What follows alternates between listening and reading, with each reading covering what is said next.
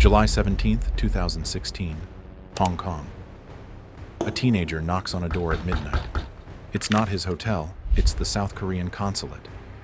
If it opens, he lives. If not, he's dead by morning. 24 hours ago, this 18-year-old math prodigy stood on stage accepting another silver medal for North Korea. Now he's a fugitive. But here's what makes this insane. He's not running from prison. He's running from recruitment. North Korea wanted him for their top hackers unit, hacking banks, stealing billions, building missiles. A lifetime in a bunker doing the regime's darkest work.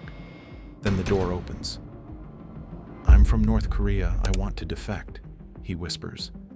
They pull him inside and he thinks it is safe, but he's on Chinese soil, and China sends defectors back.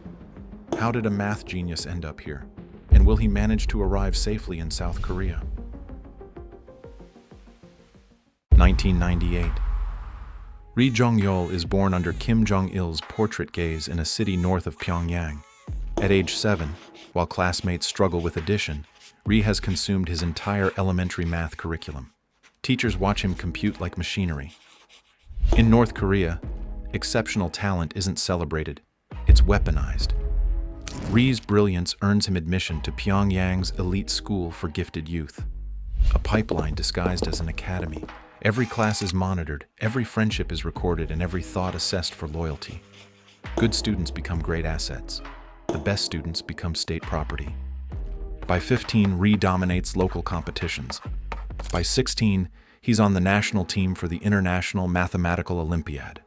4 consecutive years abroad: Thailand, South Africa, Colombia, and Hong Kong. 4 silver medals: 2013, 2014, 2015, and 2016. In a nation starved for prestige, he's a quiet weapon. The math prodigy carrying North Korea's flag to world stages.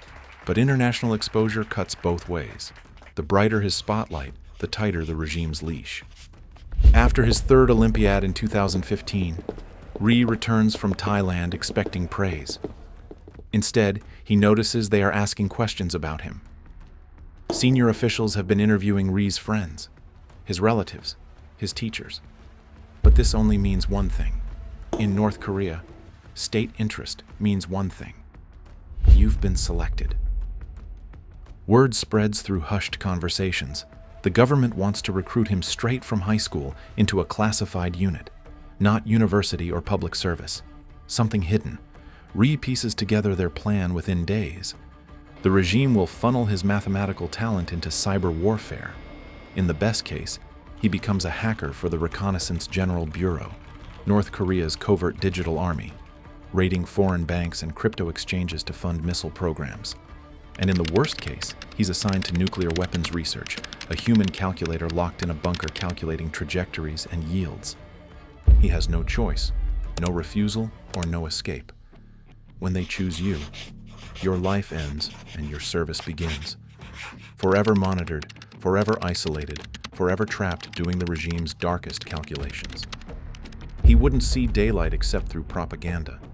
He wouldn't make friends outside surveillance. He wouldn't own a single decision about his existence. For a 17-year-old who has glimpsed freedom during brief trips abroad, this future feels like premature burial. During those Olympiad competitions, Ri saw students from other countries laughing without permission, browsing uncensored internet, exploring cities without minders. He even befriended South Korean teammates who spoke his language but lived in a parallel universe where choices existed. Each return to Pyongyang felt like descending into a tomb. Faced with conscription into North Korea's shadow apparatus, Ri's mind rebels. He imagines windowless rooms, hacking foreign accounts to steal money for warheads, measuring his life in classified projects, and monitored bathroom breaks. That night, Ri makes a calculation more dangerous than any math problem. He will run. But how? Leaving North Korea means crossing borders guarded by shoot-to-kill orders, minefields, and a surveillance state that tracks every citizen. The Hermit Kingdom is a sealed trap. Then the variable emerges. The 2016 IMO will be held in Hong Kong. Chinese soil, yes, but cosmopolitan, sprawling, and home to a South Korean consulate. also his final eligible year to compete. This is his last trip abroad, his last chance. Can he escape the regime's surveillance in a foreign city long enough to defect? Before leaving for Hong Kong, Ri breaks protocol. He tells one person, his father, a mathematics teacher who taught his son to love numbers, now listens as that son confesses treason. The father's eyes fill with fear and something fiercer, pride. He presses $200 in foreign currency into Ri's palm, a stunning act. If discovered, the whole family faces imprisonment or execution. North Korea punishes defection with 3 generations of collective punishment. Ri's father helps anyway, knowing he will be executed as soon as his son defects. Ri hugs his father, memorizing the pressure of arms around his shoulders, the sound of his father's breathing. He will likely never see these people again, never hear his mother's voice, never learn if they survived his choice. He boards the plane to Hong Kong with his school team, carrying only clothes, books, and $200. One shot at freedom. But can an 18-year-old student outsmart an entire regime? And what happens if the calculations go wrong? July 2016, Hong Kong University of Science and Technology. 6-member teams from around the globe gather, teenage geniuses tackling fiendish proofs for glory. On the surface, Ri Zhongyol is another contestant scribbling equations. Inside, he's pre-calculating an escape where every variable could kill him. He's competing for more than medals now. North Korea's delegation operates under lockdown protocols. The head coach confiscated all passports upon arrival. They have no smartphones and no unsupervised movement. A government-appointed handler monitors them constantly. It resembles a school field trip crossed with a hostage situation. Ri smiles and plays the diligent student while scans for weaknesses in the surveillance. The routine is rigid. Contests by day, group activities and curfews by night. The instant competition ends, they'll board a flight back to Pyongyang. He just has a few hours. But Ri notices cracks. The Olympiad isn't a prison camp. Professors and volunteers roam freely. No armed guards in sight. The North Korean teachers are strict but lack security training. They carry no weapons or handcuffs. They rely on intimidation and routine. And Hong Kong sprawls across islands and districts. Unlike Pyongyang's grid, you can vanish here. As exams progress, Ri refines his plan. The first step is slip from the dorm after everyone sleeps, then reach Hong Kong International Airport, crawling with international travelers including South Koreans. Lastly, find someone from South Korea who can connect him to their consulate. He doesn't know where the consulate is. He can't search online since they have no devices. The airport is neutral ground, full of maps, ticket counters, and potential allies. A desperate gamble, but his only option. Through days of competition and ceremonies, Ri maintains his mask. On July 16th, he earns his 4th consecutive silver medal. Team North Korea poses for photos, medals gleaming. Ri forces a grin while his mind counts down hours. The contest is over. It's almost time. That night, organizers throw a closing banquet. Laughter, performances, handshakes. The North Korean minders relax slightly now the competition has concluded. Their job is done, deliver the propaganda value back home. They believe their star student will dutifully board tomorrow's afternoon flight, but they've already miscalculated. Ri has identified his window. The return flight departs at 2 p.m. on July 17th. That gives him morning hours to attempt escape, when handlers are tired and guards are relaxed. As curfew approaches, he retreats to the dorm with roommates. He lies on his bunk fully dressed, shoes tied, reviewing each step. He's hidden his medal and certificate in his bag, proof of identity if needed to convince South Korean officials. The $200 sits in his sock. He has no passport or ID. Just $200 against a nuclear regime's reach. It doesn't add up to much. But it's something. Around 2 a.m., silence falls. Ri slides from bed, pulse hammering so loud he fears it will wake others. He inches the door open. The hallway is empty, with no guards or cameras, just dim exit signs. He pads down the corridor, controlling each footstep. At the lobby, a security guard dozes at the desk. Ri slips past, holding his breath. Outside, humid air hits his face. He allows himself one gulp of it and keeps moving. Off campus, he flags a taxi. "Airport, please," he says in broken English, voice shaking. The cabbie nods, pulls into traffic. As the campus vanishes behind them, Ri feels terror and exhilaration collide. He's done it. He's alone in Hong Kong with no papers, no handler, no way back. The sun will rise in 2 hours. His absence will be discovered. Right now, nobody knows he's gone. That's his only advantage, but it won't last. He glances at headlights behind the taxi. Is anyone following? For the first time in his life, he's unchained and utterly alone. What will he find at the airport, and will it be help or a trap? 4 a.m., Hong Kong International Airport. Fluorescent light bathes a departures hall, bustling despite the hour. Ri Zhongyol steps from the taxi into a cavern of travelers, announcements, digital screens listing cities across the globe. He's never witnessed anything like this. Here, he's just a skinny teenager with a backpack. Nobody knows he's a fugitive. But paralysis is a luxury he can't afford. His plan hinges on finding a South Korean. He spots the Korean Air logo above a check-in counter and reapproaches. The staff supervisor looks up, puzzled by a young Asian kid with no luggage approaching at dawn. Ri gathers courage, speaks quietly in Korean. "I need to go to South Korea. Can you help me?" The woman blinks. He shakes his head before she can respond. "I'm from North Korea."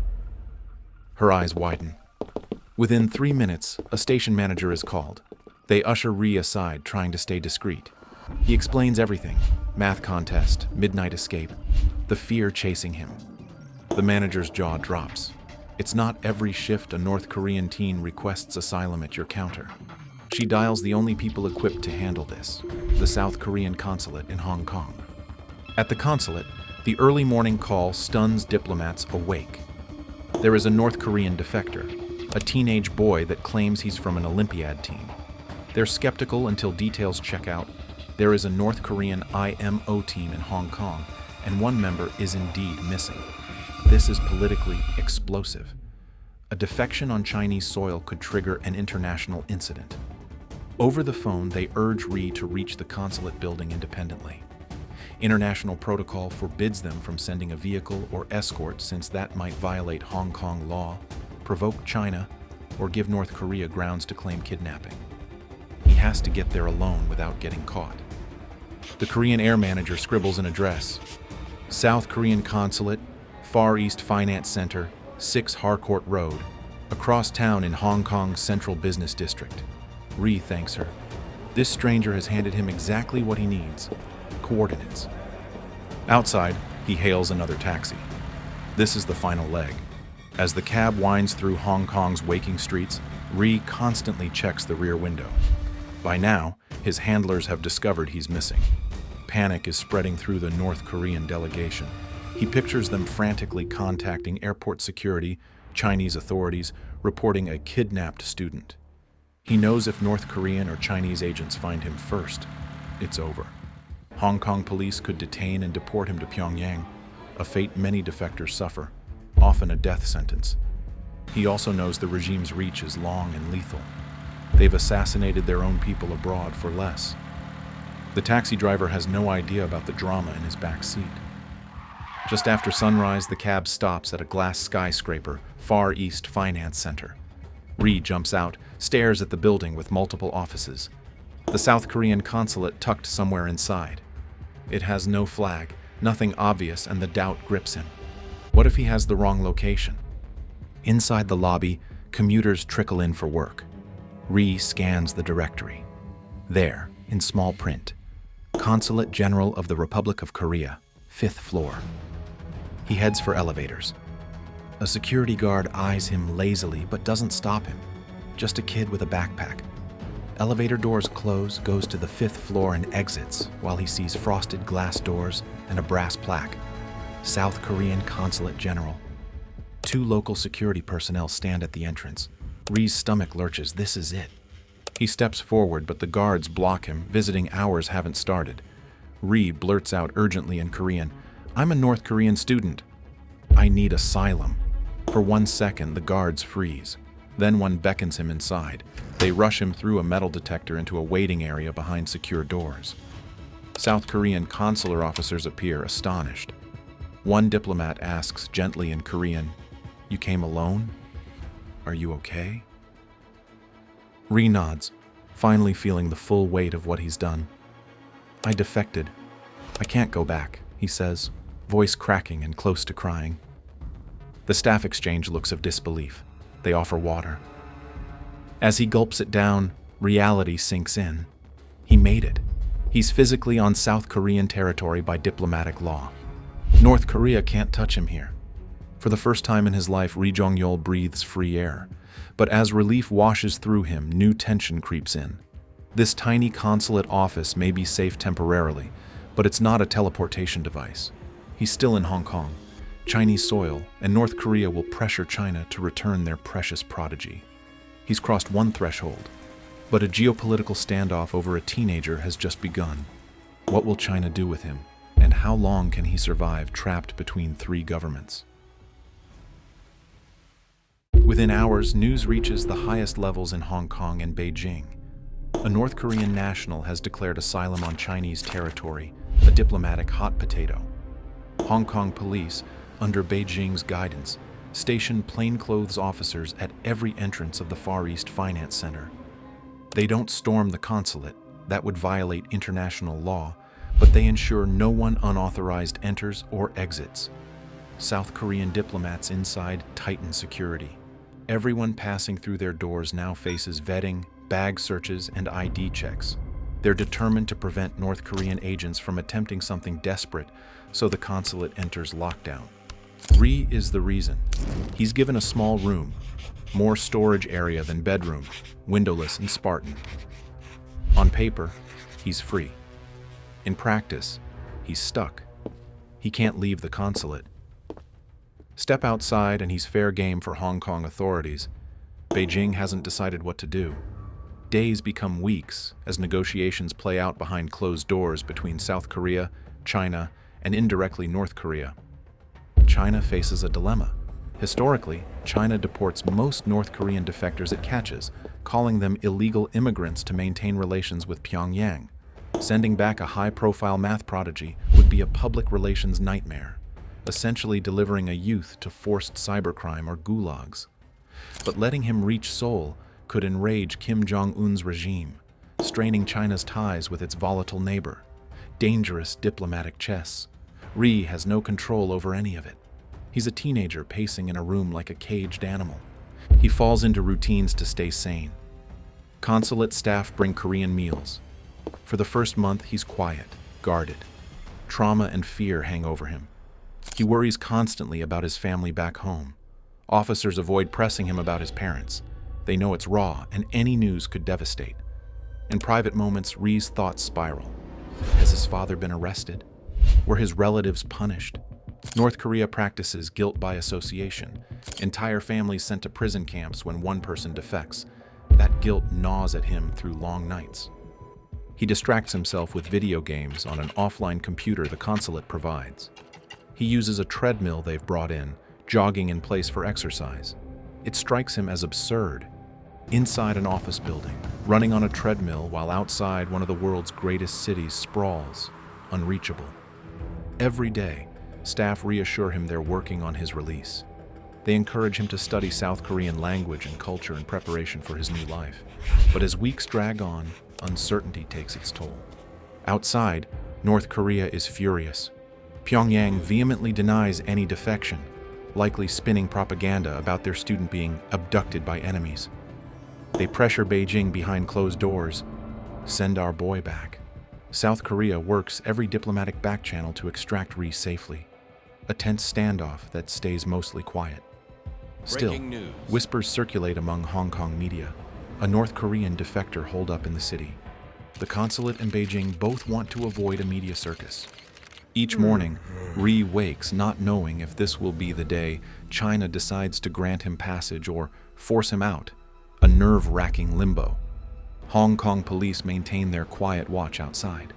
He's under siege, even if politely. Every knock, every phone ring spikes his pulse. He imagines Chinese officials debating his fate while North Korean agents fume beyond the consulate walls. By late September, roughly 70 days after he entered, Ri receives news. Beijing has agreed to let him go to South Korea. The diplomatic wrangling paid off. China's relations with North Korea have soured in 2016 because Kim's missile tests angered Beijing.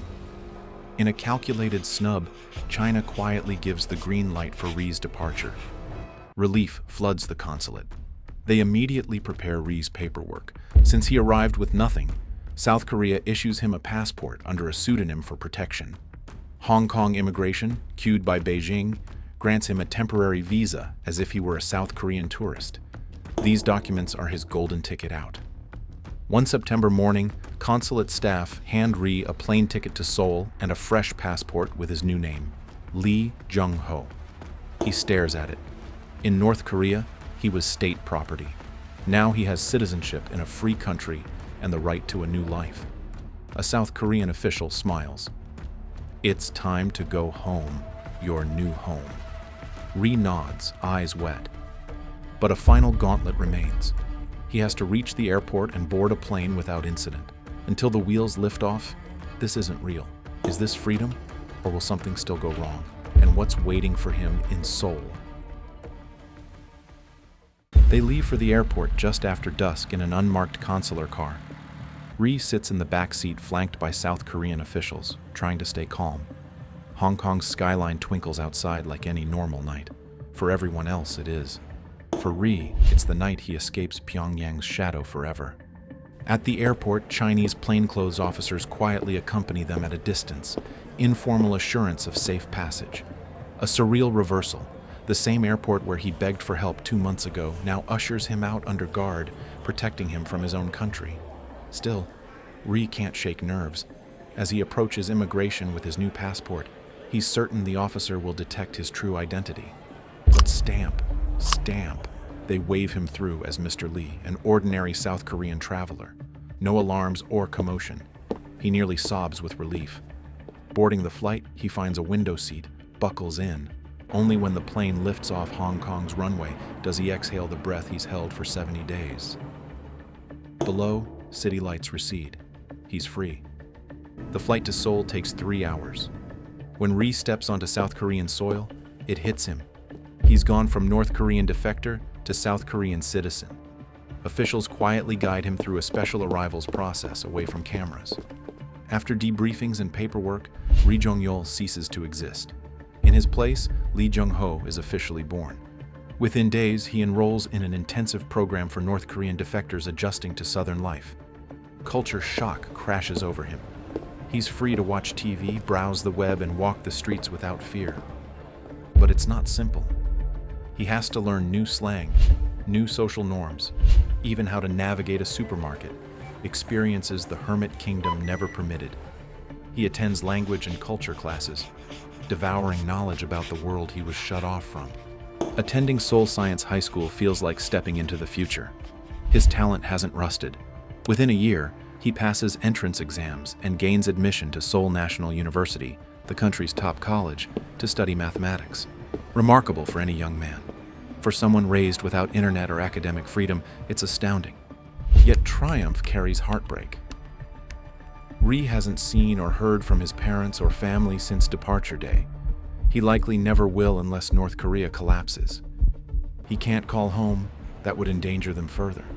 All he can do is hope that because his defection stayed relatively quiet, his family avoided the worst repercussions. In public statements, he later downplays any help from his father, insisting he planned everything alone, almost certainly to protect his loved ones, to avoid confirming guilt by association. The personal cost of his freedom is permanent, painful separation from everyone he knew. He traded his past for a future. And what a future in Seoul. Professors recognize his genius. He talks of wanting to study in the United States, a place he once could only dream of. Each step he takes in daylight, walking across campus, sipping coffee at a cafe, chatting freely with friends, reminds him of the liberty he risked everything for. Ri's defection sent shockwaves to Pyongyang. The regime was humiliated. one of its brightest minds walked out under their supervision. Their response was swift and telling. For the next 2 years, North Korea sent no team to the International Math Olympiad. They froze the entire program rather than risk another betrayal. When they finally resumed in 2019, they did so with new precautions, government minders accompanying every student and coach, watching constantly. They would never let another kid slip away. Ri's story spread quietly among those who follow North Korea, a rare success tale of a defector thriving against odds. When Ri landed in Seoul and finally accessed an uncensored computer, one of his first acts was creating an email account and performing a Google search for North Korea. A young man forbidden from knowing the world through the internet, now freely typing his homeland's name into a search bar to learn truths his country had hidden. But Ri's story raises one final question. How many other brilliant minds remain trapped in North Korea right now, calculating their own desperate equations for freedom?